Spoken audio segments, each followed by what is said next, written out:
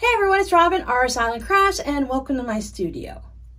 This is a log cabin block that I made with my patrons. Now today we won't be making the log cabin block. I want to show you how to make a quarter log cabin block. Now if you look at this, it is 1/4 of your log cabin, which is why they call it a quarter log cabin. I'm going to show you how to piece this block individually. I have a 6.5 inch block and I also have a 12.5 inch block. As you can see, it's all blue scraps. I use various widths of my blue scraps to achieve this version. And on the small one, I used all 2-inch blocks. This one is very precise and everything is even, and this one is just fun and scrappy, and in the end it's not a wonky block. Everything is still 12.5 inches and nice and neat. So if you want, you can go ahead and make a block like this, your standard log cabin, and you can cut it in half this way and cut it in half that way, and you will get 4 quarter log cabins. But that will also give you 4 blocks that are very similar because they're all made from the same block. But if you make them individually like this, then every time you make one, it's going to look different and it's not going to be the same. So even if I use the same fabrics, it's still going to have a different look as long as you don't put them in the same place. If you want them all to be identical, then you can just make block after block and make them all look the same. This was a really fun way to make it nice and scrappy. So this afternoon at 3 p.m. Eastern on our live stream, I'm going to go ahead and make another scrappy version like this in a different color. I might make mine at the 9.5 inches, or I might go all the way to 12.5. I'm not really sure yet. We'll find out this afternoon. So grab some of your favorite fabric or grab some of your scrap strips and join me this afternoon for a little fun sewing and chatting with other crafty friends. So I thought for this one, I would just go ahead and make one color so we can see what that looks like. I went into my blue scrap bin because, as always, that's the one with the most scraps. I started with a 2.5 inch square. The beginning square can be any size you want, and the logs that you sew onto it can be any size that you want. If you want everything to look uniform, then you just make everything the same size. Start with your beginning square, and then if you want all of your logs to be 2.5 inches, 1.5 inches, whatever is going to work for you. You can do the math and figure out what size everything needs to be if you want to get a specific 6.5 or 12.5 inch block, or if you're just using a variety of widths of your strips, then you can just keep building it out, and as you get to the end, we can choose what width size strips we use to ensure that we're going to get the size block that we want. Now by using just all scrappy blues, they're all going to be cohesive, they all go together, but I wanted to make sure that I had a variety of lengths.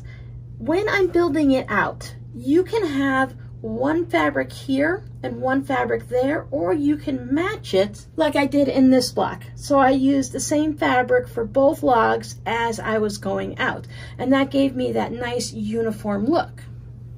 But for this one, since it's all blues, I'm not going to mind if both sides are exactly the same because they're both going to be blue. So I don't mind if the pattern's different. So I decided when I cut my strips to, yes, use whatever width I wanted. So there are different sizes. I did try to stay below, I don't even know if I cut any at 2.5 inches, but I tried to stay below 2 inches just to help me build it out and use more fabrics. I didn't want any wide, chunky logs going around. But I did for this one think that if I put a 2-inch strip here, I wanted a 2-inch strip there. Now you don't have to do that. If you put a 2-inch here, you can put a 1.25 inch strip here. So if you're using those different widths, as you're building it out, it might look a little wonky. In the end, you're going to square it up so that it's going to be 12.5 inches. But if you have a wider strip here and a narrower strip there, it's going to build out differently. And you might want to pay attention a little bit to see how it's going. So if all of a sudden this side is already at 6.5 inches and this side's only at 4, then maybe next time you put some narrower strips here and some wider strips there. So I just went and made sure all of mine were nice and long so that they would be able to work on either side. If I want to use the same fabric or not, You could just go through and say everything's going to be cut at 1.5 inches and be done with it. I wanted to show you how I cut my fabrics. So this one here, it has this bit that goes out like that. It almost has a straight edge there. I gave everybody a good nice press, but if I notice the way it's laying, that there is that little bit of the back of the fabric that I can see sticking out. So I'm not going to trust that that's a straight line.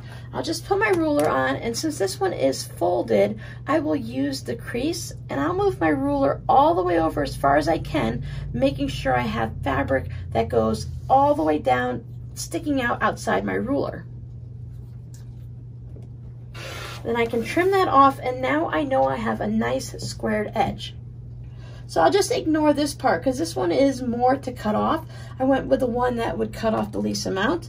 So then I can decide this will measure about 3.5 inches at the widest part that I can do. So I can cut this at 1/2, or I can say, well, maybe if I'm doing all 1.5 inches, so can I get 2?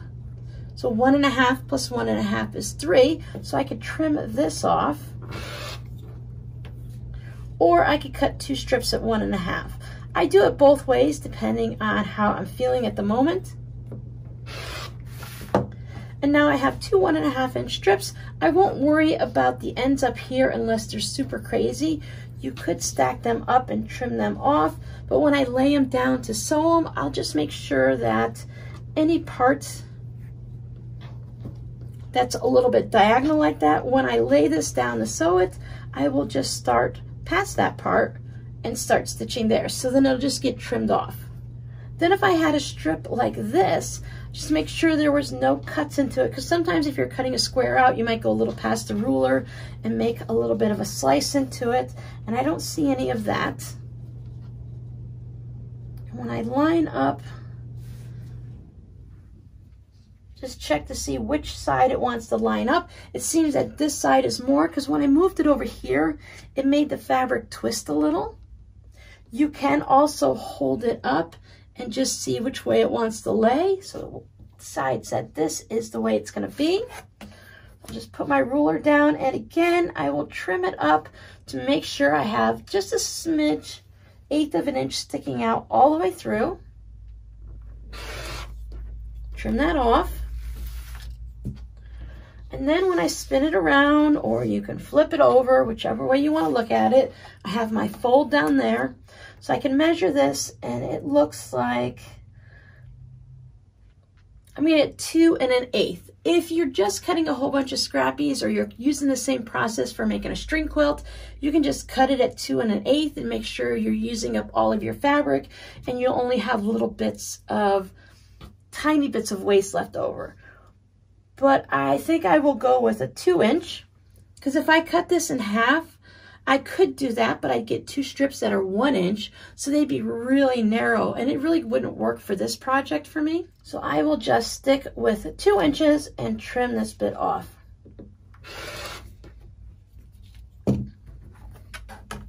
Now, depending on what you're doing, this could work in another project. This piece here is at least 1 1/4 inches, so this could be used in some of the pineapple blocks, or for a narrow strings, or if you want to use it for the scrappy calculator tape, it can be working for that, or I can just go ahead and put it in for card making. So I think for me, this part is very narrow, and that'll be perfect for making cards. I will go ahead and put that in my card making container, and this one here will go back in my blue scraps. Now, if you like, you can plan your block out ahead of time. So I will have my 2 1/2 inch square, and I could say, well, I don't want to put this light one right on top of it because that's a little bit too light. I could choose to do this dark blue, and if I want to do the same, if I lay it up, I can just eyeball to see if it's going to be long enough to do both sides, if that's what I choose. Okay, everybody is sorted out. I also put the shorter ones in one pile next to it, and then the longer ones. So now when I go, it'll be easy. And I went with the 2 inch the 1.5 and 1.25 inches. So dealing with the shorter lengths now, I can go ahead and choose 2 to go around here. If I have 2 dark ones, and I do, I can try this one, and after I trim it up, I should have enough to go on the other side if I want them to be identical. But I'm a little concerned that if I make one row identical, I need to make them all. Now that's just personal preference and how I feel, so you can go ahead and make them any way you want. So I think I will do the 2 like this. So I'll just take this to my sewing machine and I will lay this down here. Now, since I know that I'm working with a square and how it's going to work, I can easily take my rotary cutter and just trim this off and leave myself that little bit extra there. And I'm going to stick with my 1/4 inch seam and go with the 2.0 stitch length. Now, when we're working on this quilt, this is going to be one of those ones that if you're using all different widths of fabric, nothing is really going to line up. If we made them all exactly the same here, then you might be lining up these seams. But since our widths are going to be different, we're not going to have anything to line up. So if you've been struggling with that perfect 1/4 inch seam allowance, this is one of those quilts where you can practice it. But if you don't hit it every time, it's not going to be heartbreaking. It's not going to ruin whatever you're working on. So we'll just take this over and I will do my best to get that 1/4 inch seam. So I went ahead and I pressed it. And when I do my pressing, I'm going to always press it away from the center block. I like to put my iron down here and set the seam, and that just makes sure that your threads aren't all sticking up. When you first stitch your seam, if you run your fingers down it, you might notice that you can feel the bumpities of each stitch, but after you hit it with your iron and set that seam, they just settle down into the fabric, and that's one of the things that might be causing you some problems when you are doing your perfect 1/4 inch. Then I give it a little bit of a finger push press, and then I hit it again with my iron, just setting it on there to settle that seam down. That could be another spot where you're losing your 1/4 inch if maybe you're just kind of pressing it and it might stretch it, or you might have a little bit of fabric that is still a little tuck there. So you can always check it just to make sure everyone's looking good. Now at this point, because I am going to be putting another piece of fabric on, I don't want to have any extra bulk in my seam. So I will line my ruler up on the side of my block. You can also line it up with a seam right there, and that allows you to trim this up. Sometimes I'll put my thumb down so that my thumbnail will go up against the block, and that kind of helps me to get it to stop right there. And then I can trim this one off. Now, traditionally, when you're working block cabins, you have to pay attention to which way you're going, and you have to work in a clockwise or counterclockwise, and you're doing lights and darks and whatever you're doing. We are going totally scrappy, and since we're only doing 1/4 of it, and we're only doing this section, we only have to worry about going on 2 sides. I do try to pay attention as I'm going to always just start at one side and just keep going that way. So now I have this one. This is where it's going to go, so I will lay this down this way just to make sure I don't get myself confused, because if I were to pick this up, maybe I were to lay it down this way. And now for my first round, it's not going to matter too much, but as I get going, if I flip-flop it the wrong way, it might not be working the way I want, or if this piece is directional. So I will lay this down here, and then when I take it to the sewing machine, instead of having this long piece first, I like to have it so that I can see my shorter piece. Now you can trim this ahead of time or you can wait, but I'll just make sure it's all lined up nice and even there. You can put pins or clips in. Some people like to put a couple dabs of glue, whatever's going to work for you.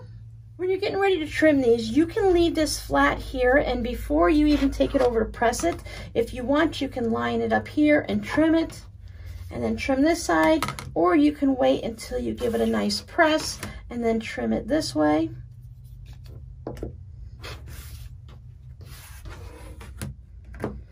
So I just keep lining it up on my seam, and for me, I find that that helps keep me nice and square so I don't start getting a little twisted and wonky. But if you're going for wonky, that is really easy to achieve also with these blocks. Totally up to you. So now I need to put my next log on. So these I used my 1.25 inches, so maybe I want to put a larger log on now. I like to save some of my larger logs for my last bit so that when I get all the way out to the edge, if I need to trim my block down a little bit, it's a little harder to trim when you have a narrow strip, but if you have some larger strips as your very last one, then you can always trim it down a little bit if needed. So I do have some here that are pretty dark, so maybe I want to look for a different color blue or something that's a little bit lighter. So I have this strip here. Now once I add this strip on, this one's going to need to be longer. So maybe if I want to have this one to be longer, I can always bring in one that's a little bit short. Because after I stitch this on, maybe this one might not be right, but if I look and I figure if I lay that down, then this one's going to come pretty close. I will have a seam allowance here, so if you're trying to not waste much fabric at all, then you can go ahead and lay it out this way and just see if it's going to work. Now it looks like it's going to work, and do I want to take that chance? Maybe I feel like I want to gamble a little bit today and give it a try. If this doesn't end up working out, I can always use a different fabric there. So I will take this one, make sure I didn't have any threads in there, and I will take that over and stitch that again so I can trim this off and put that into there. Now this is going to be too short for any of my next rounds, but you could, if you're going completely scrappy and you don't mind and you want to use up fabric, you can stitch these two together for one of your longer strips, especially when you're dealing with just the same color. It's all going to be blue. Now granted, some of my blues are a little bit more of a blue-green, so that's totally up to you, but if you were making it all in one color like that, then it doesn't bother me to sew two different fabrics together to get one long strip. So here's my next round. So this one did work out fine, so everything's good there. So I will continue on, and so maybe I want to go with a little narrower strip. Maybe I want a little highlight in here. I can take a white strip, or maybe if I want to put a yellow one in or something. And every now and then, if I'd like, I can add one full one. So if I'm going up to a 12.5-inch square, maybe I want to add a little bit of a zinger fabric in there, something that's going to pop a little bit, so I can do one full round. Now since we're doing a blue block, this isn't going to be anything that's going to be crazy, but it's just every now and then it'll have it. And I don't even have to do in all of the blocks, so just a few of them, a handful in my project. So if you're doing a full-size quilt, or if you're doing a lap quilt or whatever, maybe you just want to do it in a handful of them, because sometimes if you do it in every single block, it's just a blue like this might not work.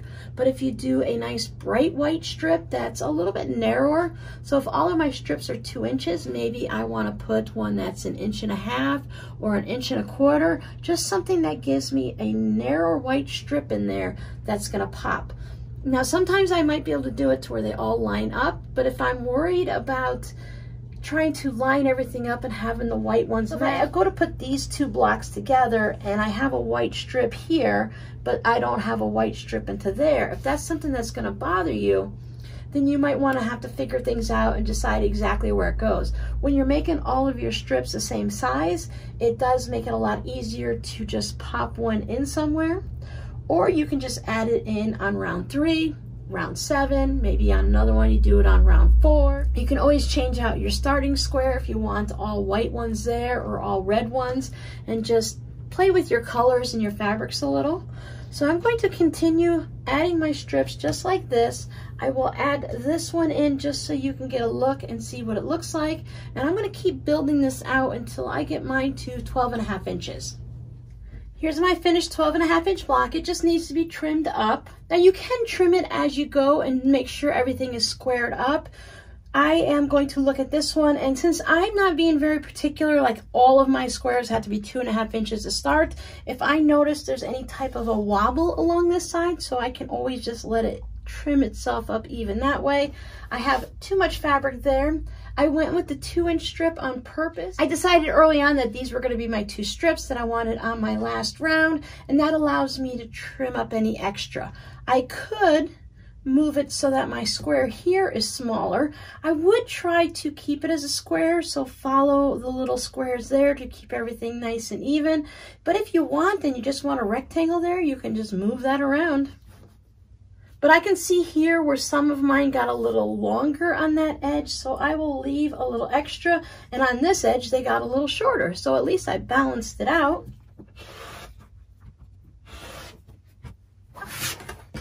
And I'll spin it around and I'll line it up for a 12.5-inch block or whatever size you're making.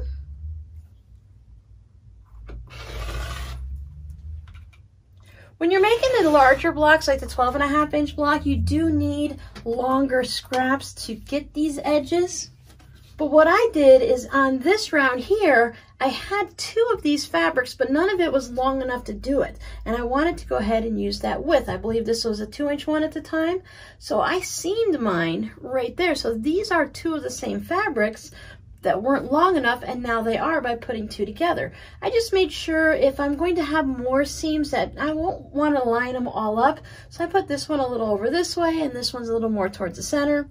This log to that one, it doesn't matter where the seam is. I just don't want to have a bunch going up here. I'd rather scatter them around if I do it more than once. But you're not going to really notice this, and once it gets quilted, you definitely aren't going to see that.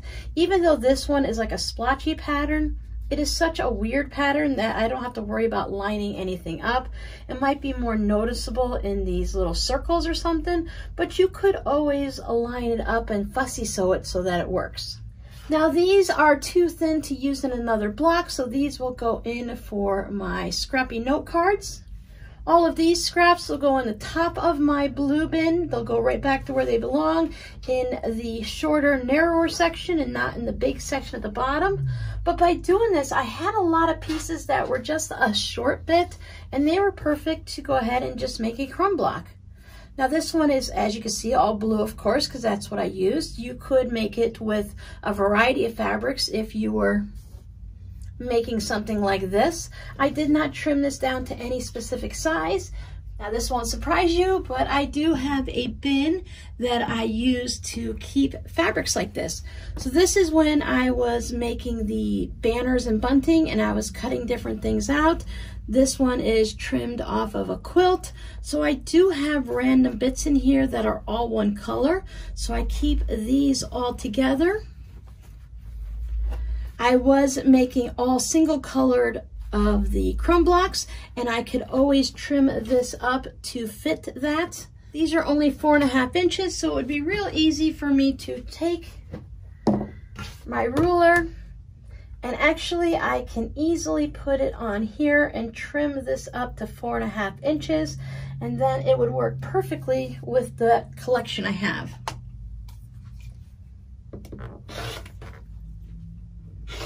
While I had the scraps out and I had a couple of minutes to go ahead and stitch those, I thought that it would be better to stitch them up into a block rather than just put them back into the container or throw them away.